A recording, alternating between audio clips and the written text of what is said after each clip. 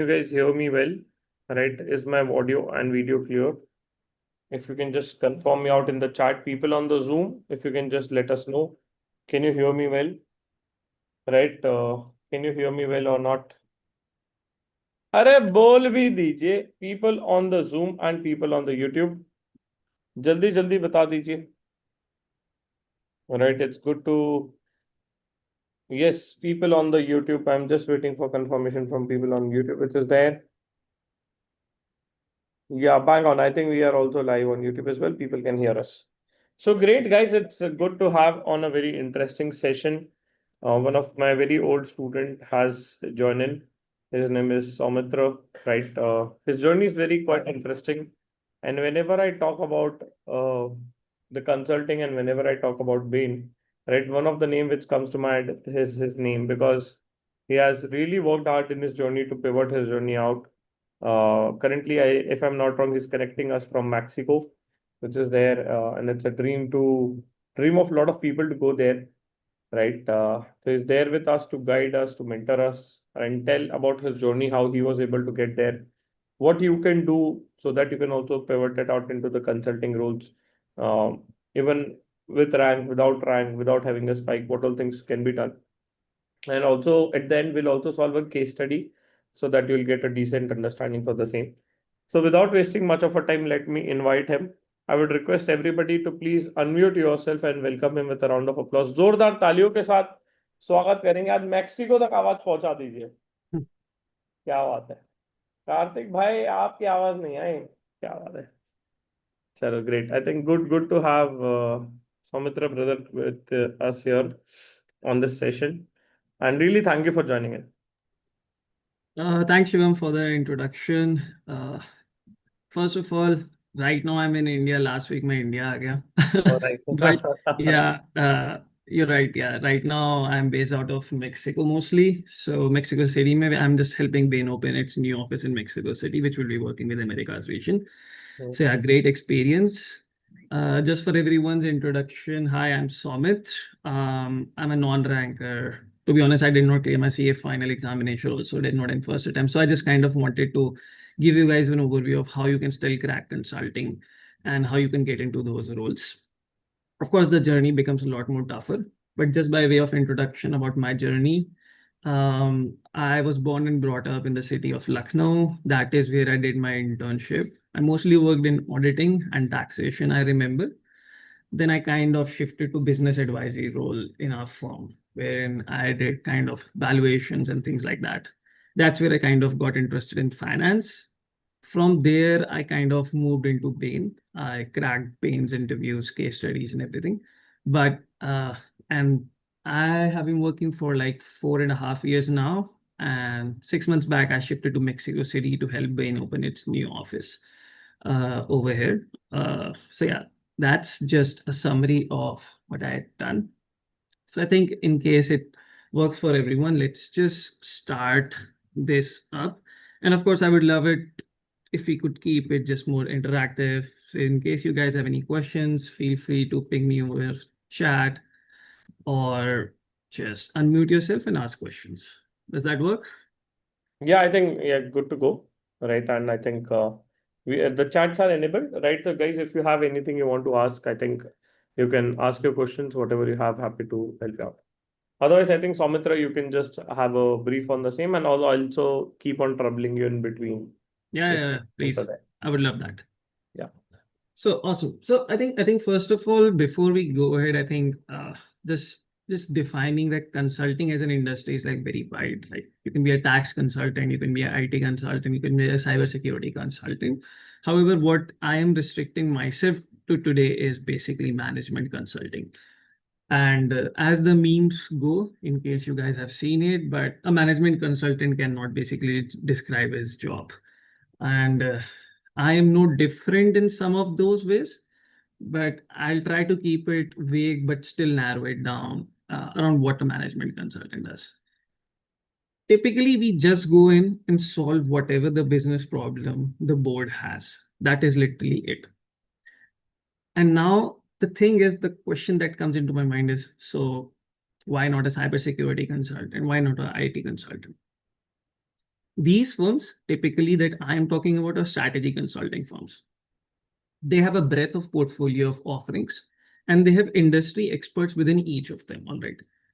And then they will try to solve that problem. So they are mostly generalists that are coming in to solve your problem. Let's just say you want to build a software, you might go ahead and hire an Infosys or a TCS specifically. You want a cybersecurity audit, you might hire a Big Four.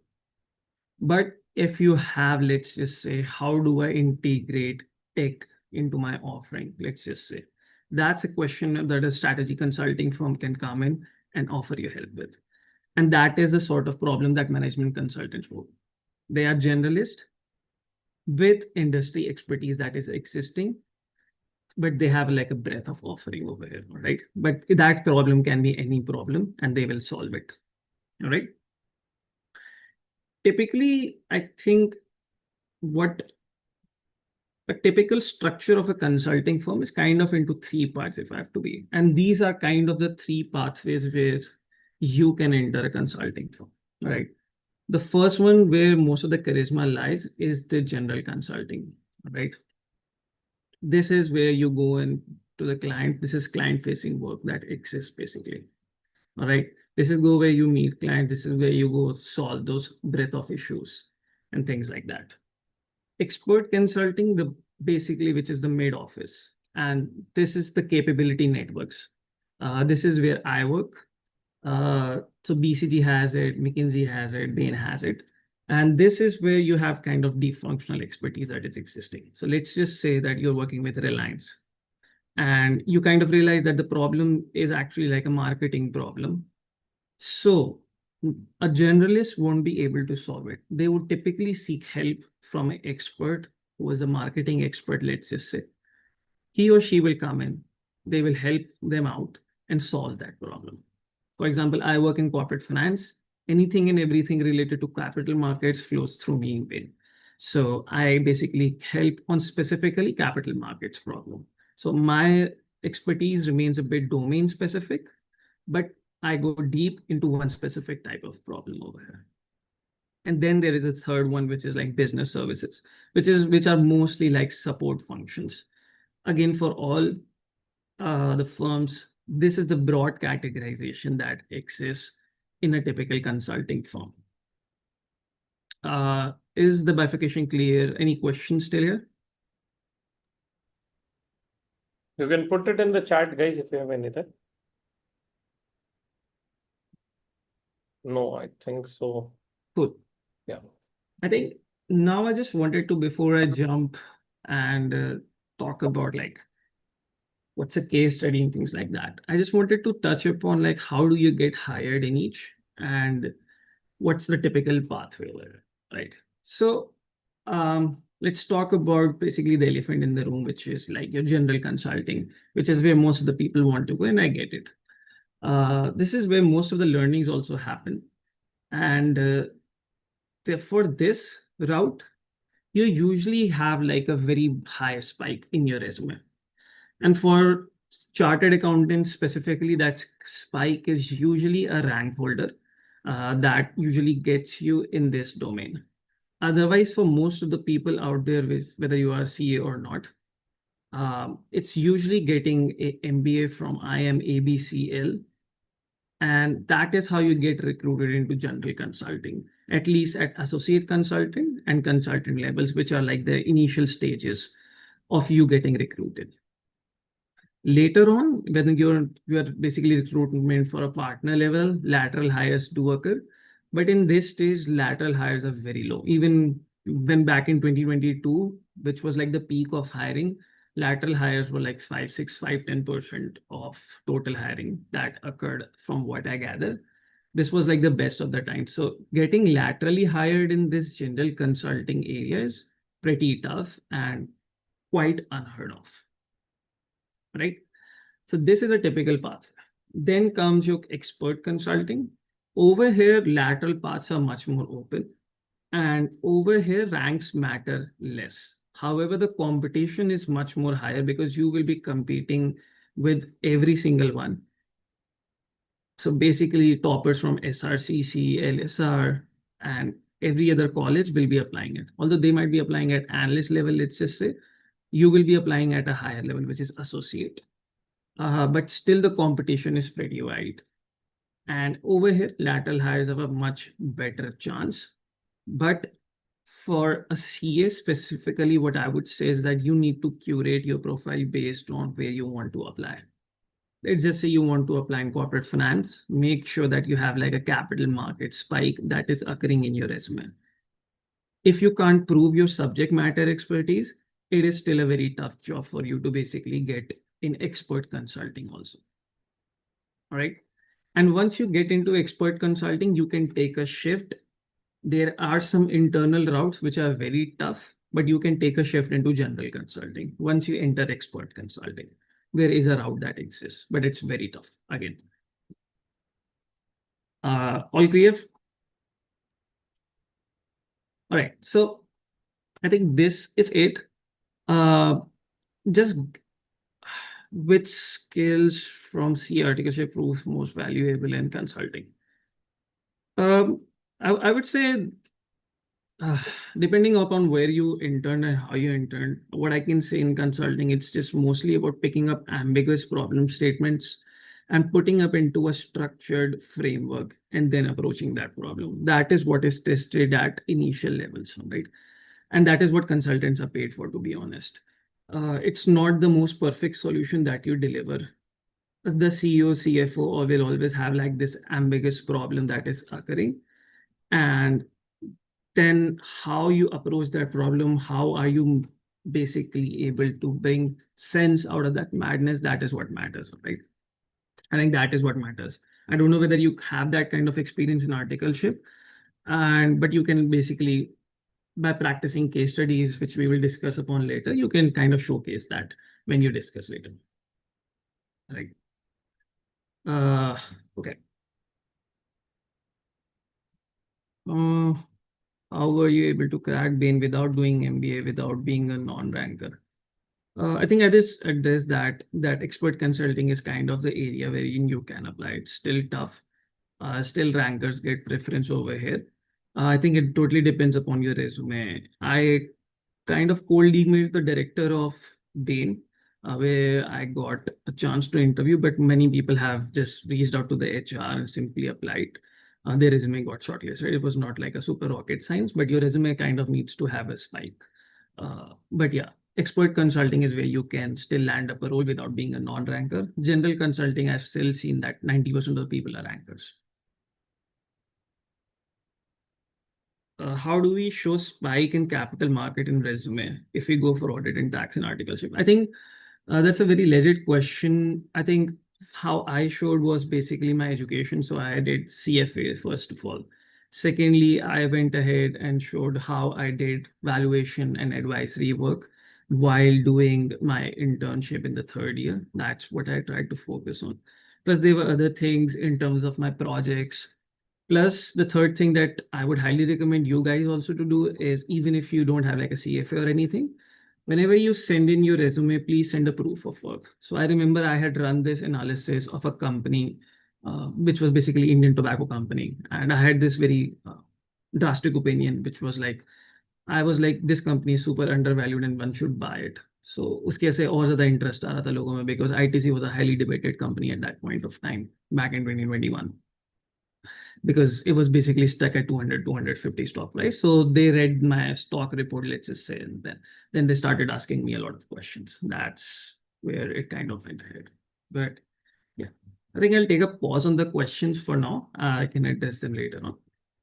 But let's jump to how the interview process kind of works and where most of the questions are going to come in over here, right? So case interview, which kind of what is going to be asked every single time in any consulting interview. Just FYI over here, just coming back to this, these two sections, they are kind of the consulting roles. I think over here, case interviews happen.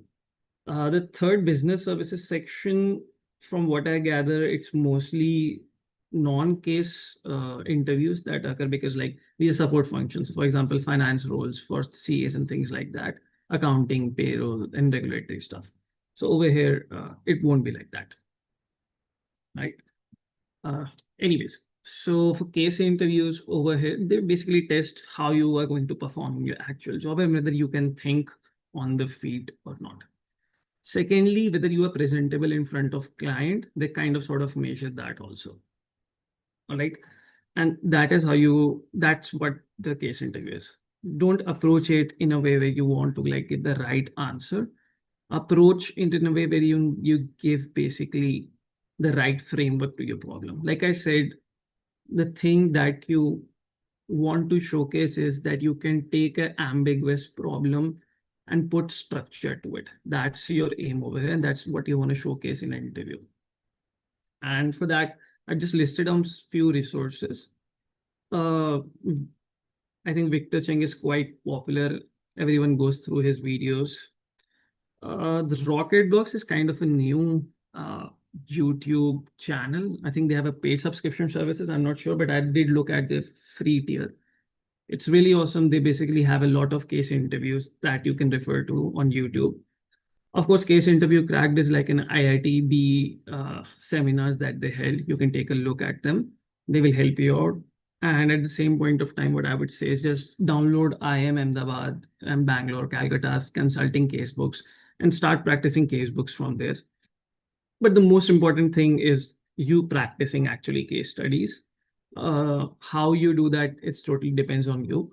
You can solve case studies with your friends, or you can, let's just say, solve case studies using just pausing YouTube videos and just writing it around on a piece of paper and things like that. But yeah, focusing on your practice is kind of like the main thing that you have to do, right? Uh, I think after this, I want to jump off to like a real case study wherein I would like you guys to sort of give me answers. But before that, if there's any question that you have, now I can address all those questions. I think one of you asked if we show IB concepts and financial modeling learned from CA modeling, will it work? I mean, like I said, the interview process is pretty much restricted to case interviews and let's just say HR rounds. If they are consultants, don't actually do a lot of financial modeling. They do market modeling, which is basically estimating the market size and maybe the revenue of the firm. So, of course, might work, but depends on the case and circumstances. And IB is very finance oriented, while consulting is totally not finance oriented. So I'm not sure about that. Uh, Having an articleship experience in IB, would that be helpful in getting shortlisted for consulting? I think, yeah, of course. Like, to be honest, if it's a very good IB experience, of course, it can help out. With IB, you get to learn. You have strenuous working hours. Plus, over there also, I feel like you have a good tact for kind of handling stressful situations. You can, of course, get. It's a good experience to have. It's a spike definitely in your work ex, I feel, if it's like a good IB experience. What was the spike of your resume? I kind of told you guys. Do you have any reference on how a great resume look like? So when you are in a hiring process, what do you all look for resume?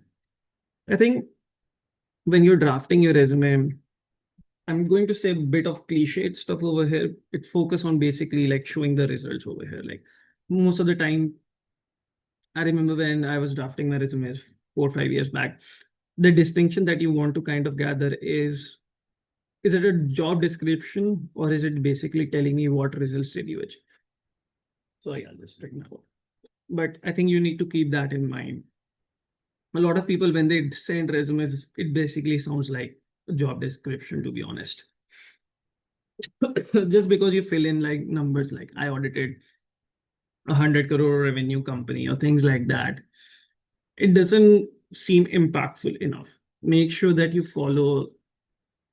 There's a corner line also, RAC context, which is result action context, wherein you mention the result at the start of the sentence. You kind of mention your action and then you give a context. So make sure most of your bullet lines are kind of in that order, wherein you show what you have done.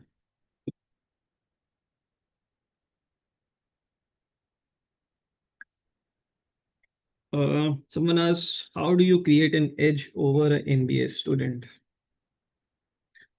I mean, like I said, if you're applying for general consulting roles, for MBA, they usually go for campus hiring. And for CAs also, they go for campus hiring.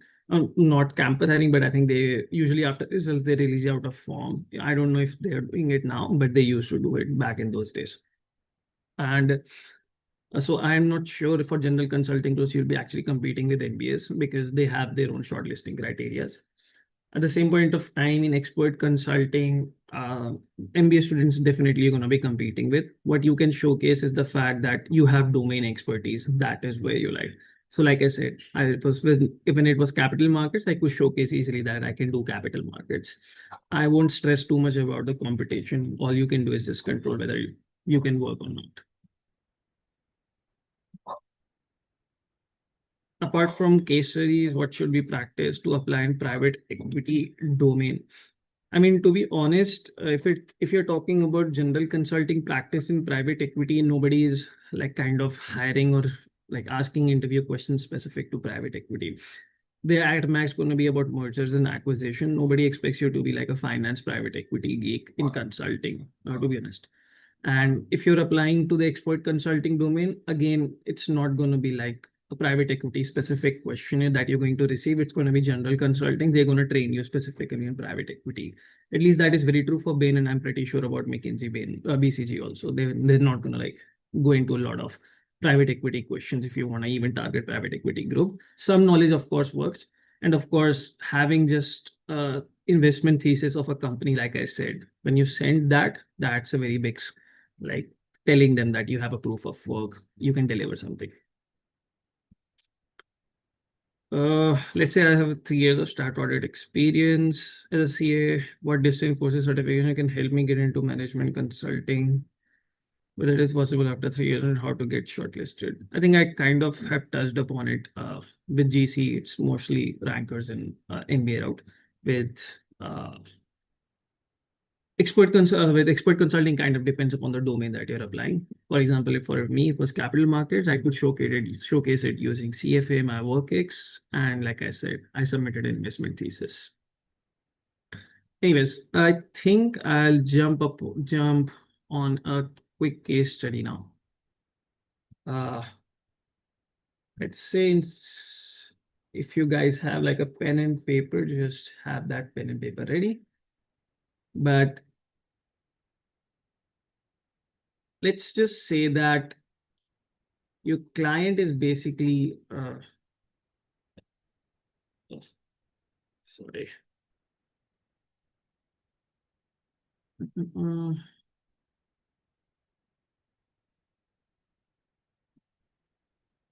Sorry.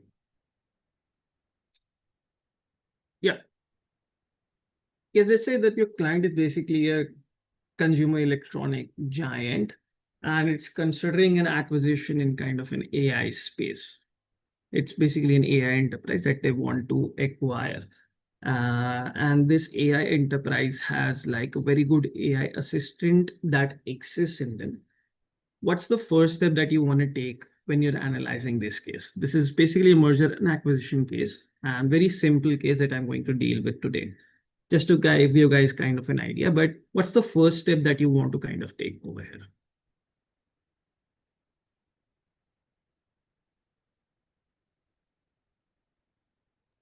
You want someone to unmute or put on a spotlight or? Yeah, sure. If someone could unmute, that would be like great. Anyone interested? You can raise your hand. I'll put you. Ria, Vrinda, anyone?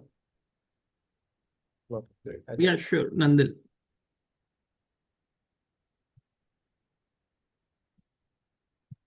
Unmute कर लो Sir, Nandil. first step I would take is like I'll check whether the AI can be integrated in their electronic goods to increase the sales and everything. Okay. That can be one of the things that you check. Okay. Anything else, anyone? Sure, Vrinda, I think you want to go ahead. Vrinda, you're on mute.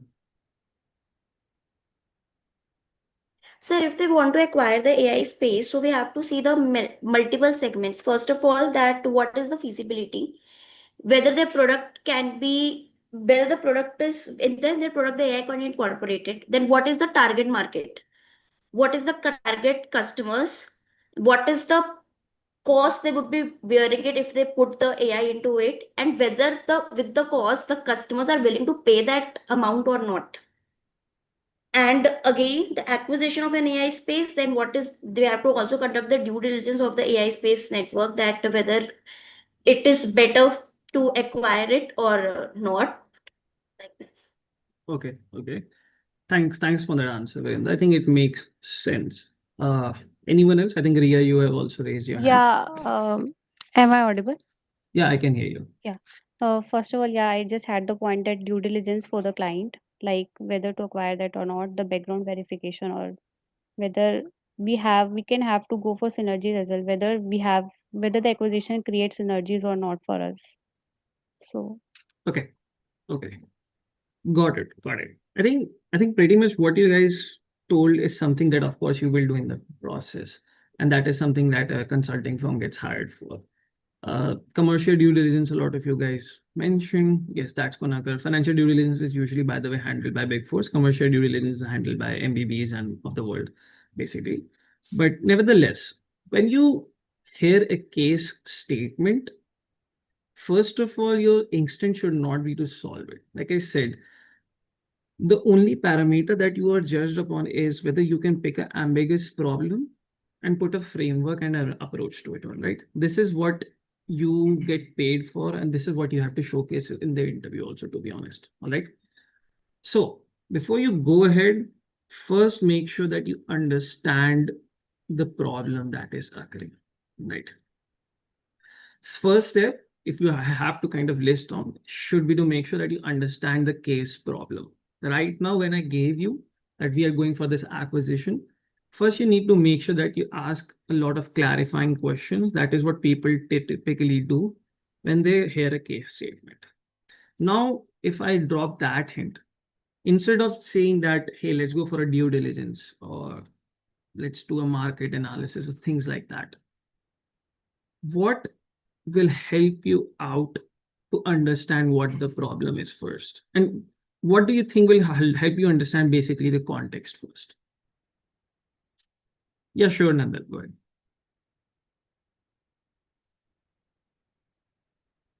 You're on mute. So Yeah. we can ask why the client is acquired or why they are so interested in that particular space. Yeah, that's a perfect question to start with. Any other question that you'd like that? But yeah, I totally agree. Like that would have been my first instinct also, which is like first ask, why do you want to go ahead with this acquisition? Like, that's a basic understanding that I want to have, right? Let's just say you had asked that, right? This is Nandel, you put up that question to me.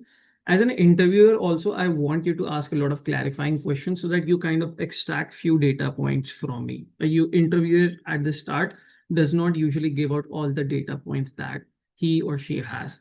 He kind of waits for you to kind of put a structure to this ambiguous problem and then extract data from it. So let's just say Nandil had asked me as an interviewer that, hey, what's the clearly objective over here? So if I have to put it, now I'll give the context, which is like, look, our firm had kind of built in this internal AI tool.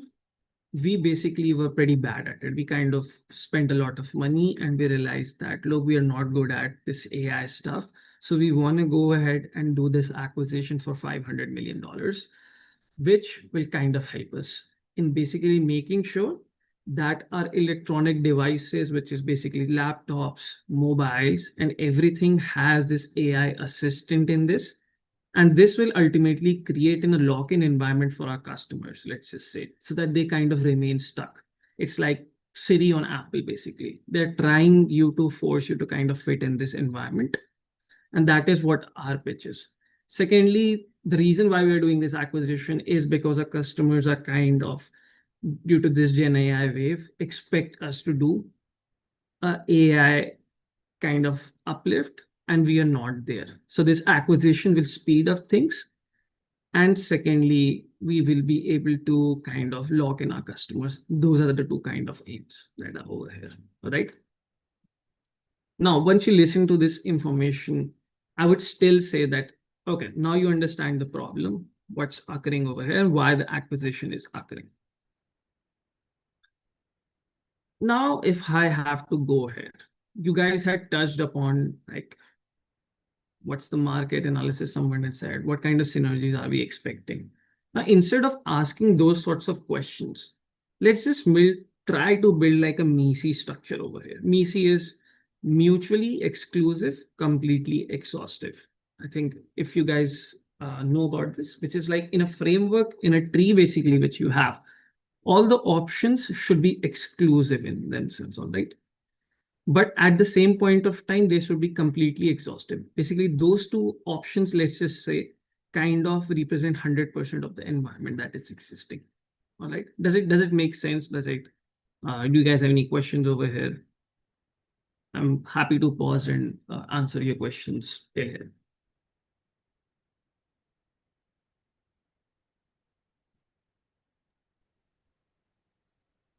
No, I think. Okay.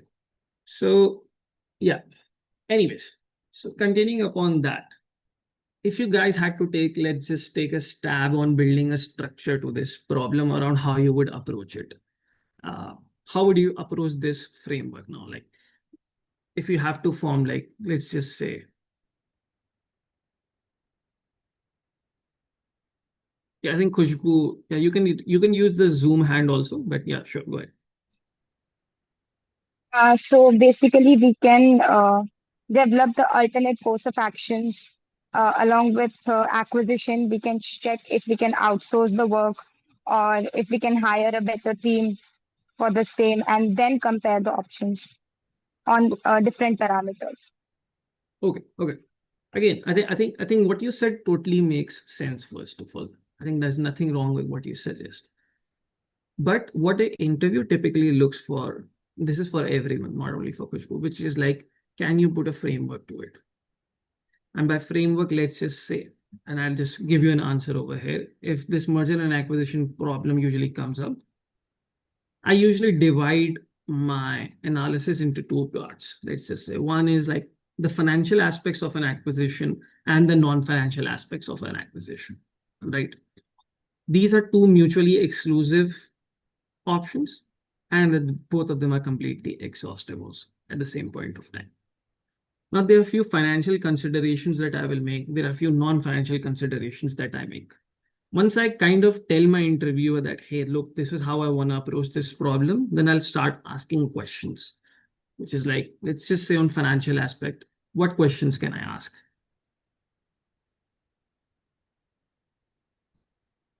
Like, let's just say you are going ahead for an acquisition. And this is, nobody expects you to ask rocket science questions. This is all CA intermediate math, nothing else. These are very basic concepts that will be tested first of all. So don't shy away.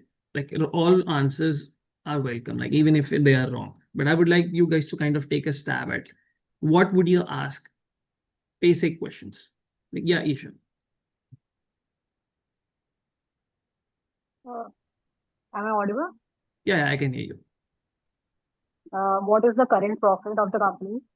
What are the current finances? Are What are there the- any loans? Current Sorry. finances. I could not hear you clearly. Can you please repeat? Sorry. Finances. Loans. Okay. What is the revenue of the company? What are the strategy the company is following right now? Okay.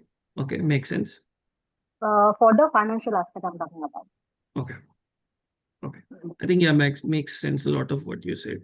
Khushbu, you want to go next? Yes. What would be the synergy benefit in terms of, in financial terms, like how will the market value increase if we do this acquisition, or what will be the cost of acquisition? Yeah. I think these should be some of the finance. How will our ratios increase? Okay. Those are all legit questions. I think that those kind of questions work. Maturi, you have also raised your hand. Am I saying your name correctly? Sorry, sir. Yeah, sir. I cannot switch on the camera. There's something problem. No worries. And so, I just joined 10 minutes back. So we're speaking about the integration of two companies where AI tools are managing, right? Yeah. I mean, I'm asking more what questions can you ask in when you're considering financial aspects of an acquisition? In terms of financials, we can see the forecast, cash forecast for the next 5 years, revenue forecast, and you can also see the types of valuation they're making, like which valuation they're pitching on. Like different valuation rules will be there as well. So we will see which valuation can better fetch us the best benefit. Okay. Just a quick feedback over here. You're a consulting firm, so you don't ask usually for valuation, let's just say. Our aim is to kind of ask clarifying questions to the interviewer, right? So while I agree that, yeah, you can ask for still like, are there any revenue projections kind of available? I would shy away from asking for like straight evaluation stuff, all right? But yeah, you're on the right track. Yeah, Shivesh, go. Sir, I would go with what would be the impact on the PE ratio and the market price of the share, and how would it impact the earnings? Apart from the synergy benefits which were already spoken about earlier, these would be my questions. I think those questions would make sense, first of all. But those questions would make sense under certain sort of circumstances, which is like, first, I would say ask a clarifying question over here, like, is the company listed? Secondly, what are the criteria that you're considering for M&A? Then I would go ahead and ask that, hey, look, is PE ratio is kind of like an important, because PE ratio is just one of the angles of a lot of metrics that are available out there. So just going super focused on one specific metric, while it may be the right answer under certain set of circumstances, first you would like to clarify whether those certain set of circumstances exist or not, right? But yeah, you're on the right track, I feel. Makes sense. Yeah, Ria, go ahead. I think first of all, we'll ask that it's a huge deal, $500 million. So whether to acquire that company, is it worthwhile, or there are any alternate companies which I AI use, which do AI assistants, we can acquire them or not, or whether they have their competitors or something. Yeah, I think while this may be a very feasible question that you would deploy on a, let's just say, consulting engagement, well, in interviews, usually they won't expect you to kind of come up with different options for acquisitions. So you can still ask that, hey, and say that, look, I'm assuming over here that this is the best acquisition that you can go for, and that's why I'm kind of going ahead with this analysis. So I get your point. In a real case, you would actually do that. You would consider alternatives and things like that. But over here, the context is like they have to kind of decided whether they need to go ahead with this acquisition or not. It's kind of like a yes or no. So I get your point. Totally agreed. But yeah, it's just the context that is there. Okay. Good. Thank you. Thank you. Nandil, Yes, sir. I would ask, how are we going to finance this? Are the owner ready to dilute their equity, or are we going to? sorry, can you please repeat what you said? Yeah, you actually voice got a bit broken. Sir, I would ask, how are we going to finance this deal, and Yep. whether the owners are ready to dilute their equity, or are we going for? Okay, why financing decisions are kind of important over here and can actually play a very good role, very important role in kind of deciding whether you need to go ahead for an acquisition. I want you to kind of think about second order effect of asking this question, which is like, let's just say that you ask this question. I tell you that, hey, look, imagine that this is going to be an all cash deal, or let's just say this is going to be all cash deal, all debt funded deal, whatever financing that you want to do. How will it change your answer? Like, that's my question to you, Nandil. Like, how would you respond to that? And I mean, all I want you to think is the second order effect of your questions. While again, debt funded acquisitions can impact. If it's going to be equity, still it's going to impact.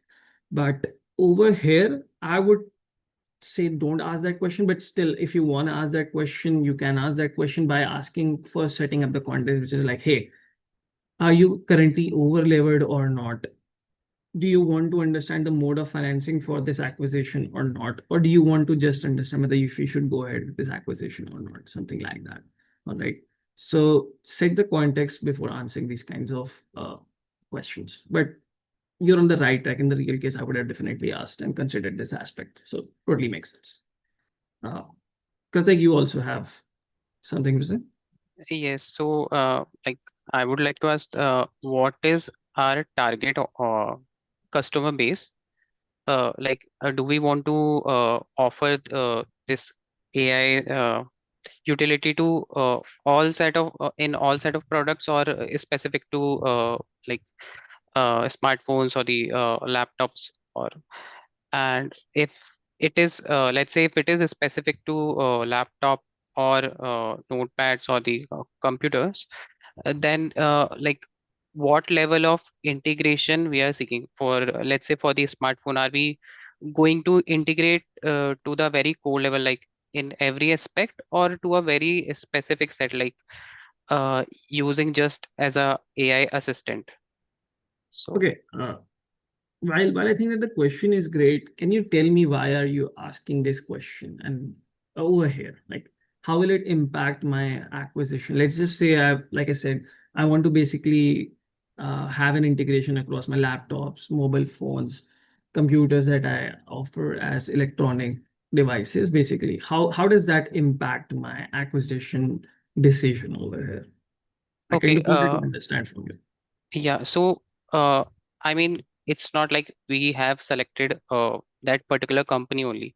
So we can still look for other competitors of that AI assistant company, whether who is providing better, a better utility to for our customers, based on the level of integration we are seeking. Okay. First of all, in this case, we have kind of decided whether it's a very simple yes or no, whether we should go ahead with this acquisition or not. So if you're Okay. telling me that we need to go ahead for a competitor, then that basically means that no, don't go ahead for this, right? So Yeah. I think we want to kind of keep ourselves restricted to this particular company, but I kind of get a sense from where you're coming from. But yeah, got it. Yeah, go ahead, Binda. If we are going the acquisitions, we have to see that we are acquiring an AI space company where the engineers or the employees are something which creates an impact. So we have to see that whether the employees of that company are willing to continue with us or not. I mean, sometimes there is thing that the employees tend to leave, or they do not want to continue with the company. So if the employees are not going to continue with us, then again we have to incur more acquisition costs for the employees as well, and we will not get the trained employees which that company already had. Okay. Okay, that's a very good consideration that you can have. Right now, I'm talking about financial considerations, although this can be argued as a financial consideration over here. But yeah, this is more of a post-merger integration of workforce that can occur, whether there will be a problem in those regards or not. That will come under the non-financial bucket for me. But yeah, makes sense. I would definitely ask, like, what are the post-merger considerations that you have? I would ask the interviewer that. Then in case the interviewer gives me these sorts of problems, then I would try to put a financial number to it. If he or she does not, then I would try to list down all the qualitative factors that I would consider as kind of the problem over here. All right. So I think I have a lot of feedback from you guys. So I know a lot of you have kind of raised hands. Let me just jump onto the next part of the case interview and we can try to answer that. But so when you're just dealing with like consulting case interview, first of all, they don't usually ask you like a lot of details, basic stuff, which is over here. For example, let's just say it can be revenue, it can be EBIT, it can be profit margins, it can be, let's just say, what kind of cash flows do you expect, or let's just say synergies. Synergies, they usually expect you to compute, or sometimes they tell you also straight up, you can ask. But yeah, those are the kind of 3-4 areas that I would like to touch upon in my financial ask, which would be revenue, profit, and let's just say, I would basically say that, is there any other number that is available at your end that you would like to tell me? All right. Now, let's go over the non-financial aspect over here. All right. What clarifying questions will I ask in this leg to kind of get to the solution? Yeah, Ria, you kind of raise your hand. I think as we said that we lack there on our this first of all we try to build our AI space but we got lack and we can't attract customers. So as we are acquiring this company, after acquiring or incorporating this into our system, whether this will give us customer attraction or an edge over our competitors or not. Okay, so while the question is very necessary, but just think about the question that you're asking. Your interview is kind of the client, and the client basically hired you to kind of answer this particular question. Right? So I would say that while I get the logic of the question, this is the question, actually very question that we're trying to kind of answer in a real case environment, right? So yeah, what I would say you guys to focus on is you want to tell the client or maybe ask the client first of all, like, hey, I think that this is gonna occur and these are the sort of non-financial considerations that you might encounter or that you should consider. Does it ring bell? Does it make sense? That is how you would like to approach in like a typical client conversation, also in a case interview also, right? So if you had to think from that POV, what non-financial considerations will you have over here? I think Sakiran, you have also kind of raised your hand. Would you like to give a shot? I'd like to go for something, a few aspects of the non-financial. Let's say whether I'm going to synergize with a company which is in my own country, or I'm targeting for a country which has my target customers. So where is the base of that company? So which customers I'm targeting and what I'm going to do. So with that company. So first thing would be this, and the second thing that I might ask is there whether the other company has already uh, been in has been acquired by another company, or there has been a negotiation that's been before doing so. These kind, whether is there any red flags to identify before we go on? So those kind of issues. Okay, I get your point. Again, just make sure before you ask these sorts of questions, there are certain set of assumptions that are going in over here. You want to lay down the context for the interview before you ask these questions, but I get the logic that you have. But yeah, Adit, you also have a viewpoint. Yes, sir. So maybe I would take a rating from the customer on a 1 to 10. How likely is the customer happy with us as of today? And after this AI integration, maybe how satisfied is the customer? And then I would also try say if this is an electronic good and this is a smartphone, and say the usage per day from a customer. Say he was using it 1 hour prior to this, and what would be the daily usage maybe after this integration. If it is helping the customer use my device more, that is obviously more helpful because I have a hooked on the device. I can generate revenue in that case, and also the kind of data I get from this AI tool. So when there is interaction, there is two-way interaction. I get to know about the customer a lot more than not having an AI tool with it. Uh, okay. I think yeah, you can consider those aspects. Some of them are, I think, financial, but I think yeah, it still makes sense. You're on the right track. Shivish, would you like to take a shot? Yes, sir. In case of the non-financial impacts, I would like to ask them about whether the company we are going for the acquiring does they have the same ethics or the goals, the reputation, the brand name, and considering the acquisition amount, I am getting a view that the company has to comply with the ESG or the BRSR. So in that case, we have to check that the ethics and the goals are in line or not. I think you can do that. In fact, you mentioned like a good point over here. With regulatory aspect, I would say that GDPR, which are EU rules, and CCPA, which are California data rules, those are some things that I would definitely consider. Also, I would say that since you're integrating another company, privacy issues might be popping up. Let's just say those might be a bit of a concern over here, and these kinds of things might be having a kind of ultimate cost for you. Before I finally go ahead, Khushbu, also, I think you have raised your hand. Would you like to kind of Khushbu, you're on mute.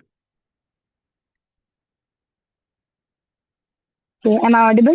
Yeah, I can hear you now. Okay, so the company that we're going to acquire, I think that would have some brand value. So the customers will also come because of the brand value. So I think this is a non-financial aspect that we would consider. Okay, Brand got it. value and goodwill that the company brings. Okay, you can consider, of course. But I think you would have to put like a number to it at the end of the day, and what kind of brand value. I can see still a role for brand value. I would shy away from goodwill, stating goodwill over here, because goodwill is just a plug figure at the end of the day. But still, I get your point. But yeah, I mean, now if I have to take a step back for what we have done, is like first we kind of when we started with this case interview, and I know that we have 5 minutes left, so I'll just run over this meeting by 5 minutes. But what I'm trying to say is that first of all, you kind of want to make sure that you have like understanding of the problem statement that you have, all right? And the second step that we actually took was just to divide this section into like a MECE framework, which is kind of you structuring the problem, all right? And then the third one, which is going to come, is let's just say I gave you a few financials for this company, which is like, let's just say this company is going to add 1 billion of revenue for next 5 years. It has like a net cash inflow of 200 million for next 5 years. I compute that. Then I can just basically compute an NPV by taking like 500 million as the current cash outflow and take a financial decision. All right. That would be the third step for me, which is typically the analyzing the case, which is like you basically getting your hands dirty and basically giving a financial backing to what you should do. And then in this, I would also consider non-financial things that you guys just said, and try to gauge from the interviewer whether they want to put a number to it. So over here in this case problem, for example, let's just say GDPR compliances would have taken a lot of cost, and other stuff like privacy issues and things like that might have taken a lot of cost. I would have put a number to it, and then we would have considered that number in our NPV calculations, let's just say. But this would have been like a simple, very basic maths that would have occurred, like you estimating cash flows, considering point of departure the capex, and then getting to a, let's just say, around about NPV. Nobody wants you to kind of give like a decimal place answer. Everybody wants to kind of get like a 300 million or 200 million NPV kind of answer over here. And then at the end of the case, typically you kind of give a recommendation and synthesize what happened in the case. All right.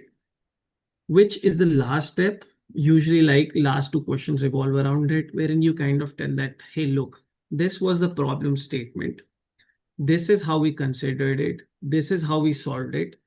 And this is my final recommendation. By the way, this recommendation might have these many caveats. This is how you typically approach a case interview. So you first understand the problem, then you structure it, then you analyze the problem, and then you finally arrive at the conclusion. These are the kind of 4 typical steps that you take.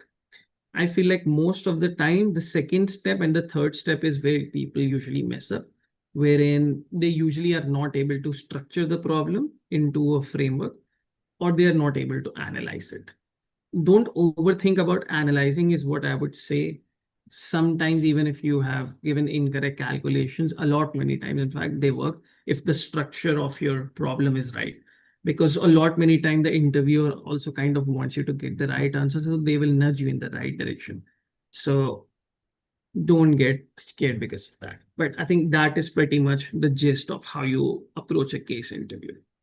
Any questions over here before we kind of end this session.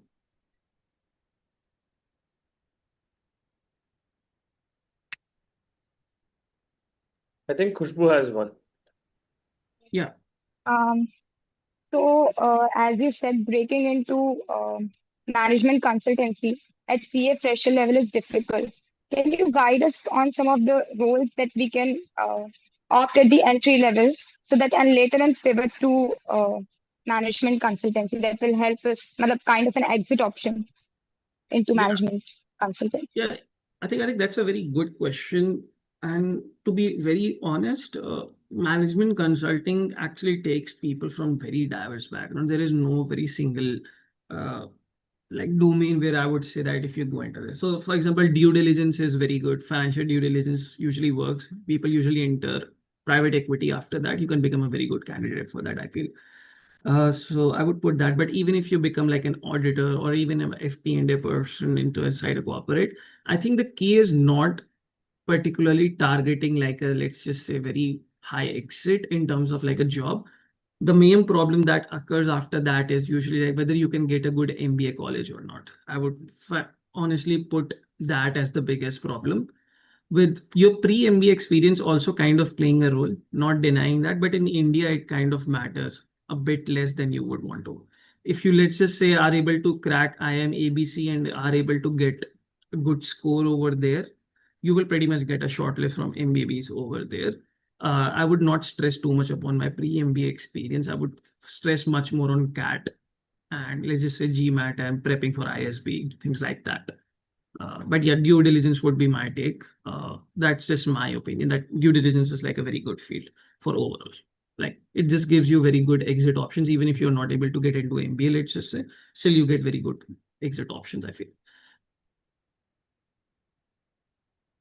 Yes, you wish.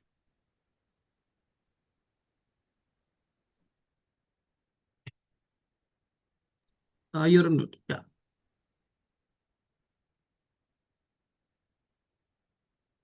Yes, I think you can unmute. Yes, sir. Sorry, I was not able to unmute earlier. So yes, following up with what was discussed earlier. So as a fresher, we cannot just think about cracking into management consultancy. So would you prefer CFA or MBA? Like, would it be all right to think that if I pursue CFA side by side along with whatever job I go into, I can dive into management consultancy, or would Yeah. MBA be the only one? I mean, for management consulting, CFA pretty much does not play a role, almost. In my case, it did because I was targeting capital markets with an expert consulting. It was a very specific role that I was targeting. That's why it worked. So unless you're that specific about the subject matter that you want to approach, I would not recommend straight up blank as a blanket statement that go for CFA. I would say much more aim for like a very good tier one MBA college. That is where you start off kind of get exits. Or I would also say that there are boutique management consulting firms also out there. So MBBs are not everything. There are other firms, tier two, tier three, that are there. And to be very honest, the boutique consulting firms are something that are really scaring these big giants like Bain, BCG, McKinsey. I mean, we know that because we kind of have these conversations, because these boutique consulting firms will come in, they will charge literally half the money, and then they would deliver exceptional results. So if you want to get the taste of the industry, it is not like only these firms exist. What suggestion that I gave for MBA was typically for these firms, but you can of course try approaching these boutique consulting firms also. They might be able to take a bet if you're able to showcase that, hey, I'm this intelligent person who is a very good problem solver through his or her experience, then they might be able to hire you without an MBA also. I think that also works. Yeah, that.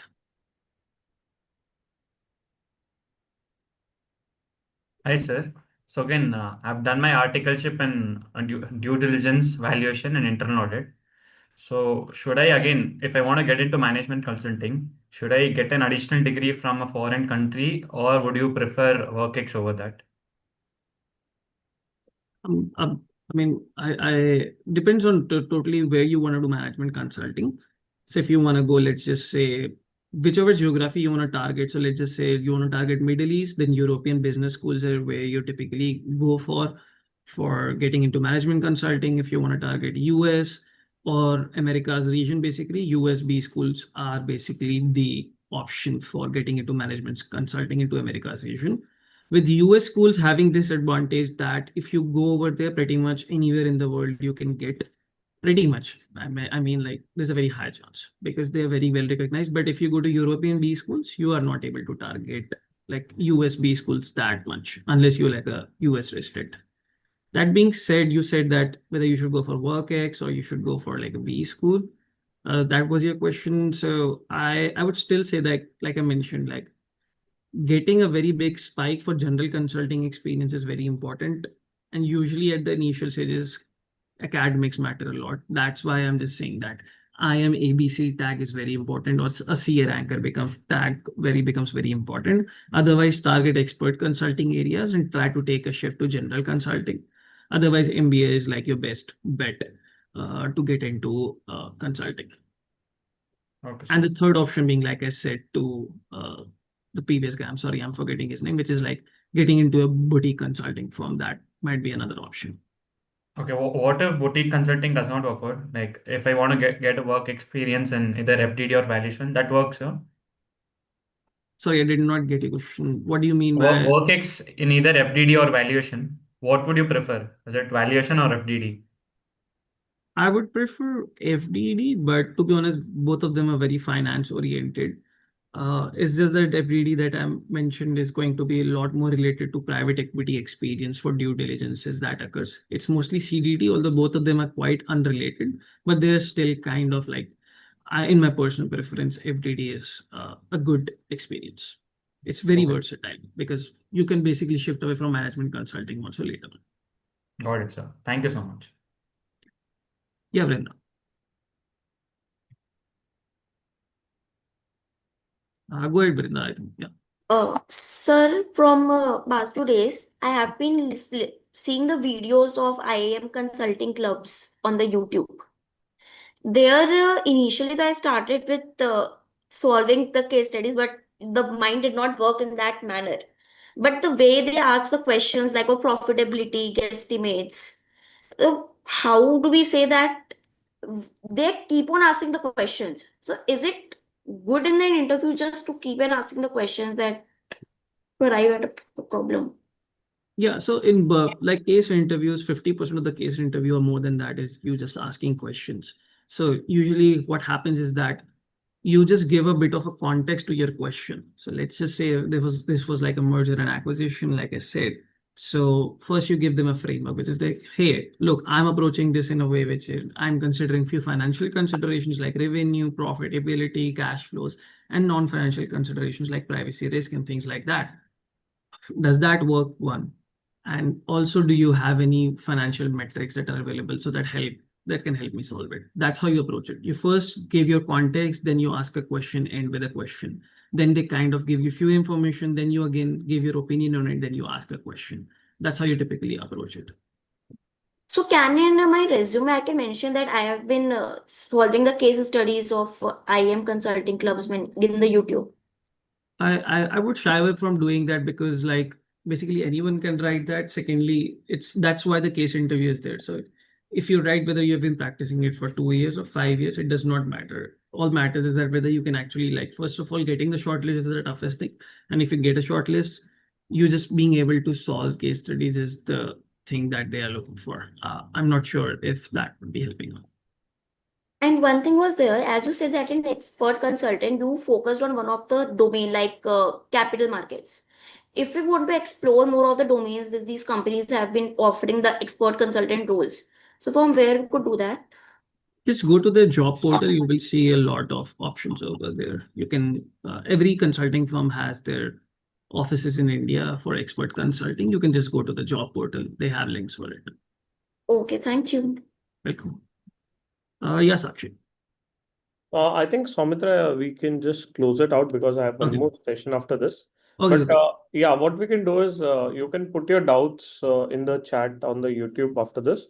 I think Sure. Soumitra and I will try my best to solve it out, which is there. So I think Sakshi and Pranav, just two doubts if you're left with. So after this, you can just put it on the comment section, right? I'll be personally trying to ensure that the doubts are solved. But I think great. I think Soumitra, really happy that you spend a lot of time for us. And in fact, it was a great learning for all of us, those who are sitting here. And in fact, this is going to be helpful further also for the people who will be watching us out on YouTube, which is there. So really, really thank you for coming in. And it's always great to meet our old alumni and see you growing, see and well, you're doing a great things and always ready to help the juniors out, those who are there. Right. So I'll be really happy if you guys can drop a short thank you message in the chat. Right. And I am hoping that all of you have a great learning in this session.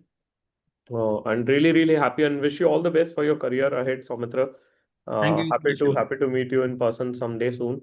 Yeah, And definitely. really thank you once again. And we'll be happy to trouble you more in upcoming days for some more sessions. Yeah, sure. Right. Thank you so much, guys. Thank you so much, Shiva. Yeah. And see you guys later. Bye. Bye-bye. Yeah, all the best. Thanks everyone for joining in. If anyone has a doubts later, you can put it in the comment section on the YouTube.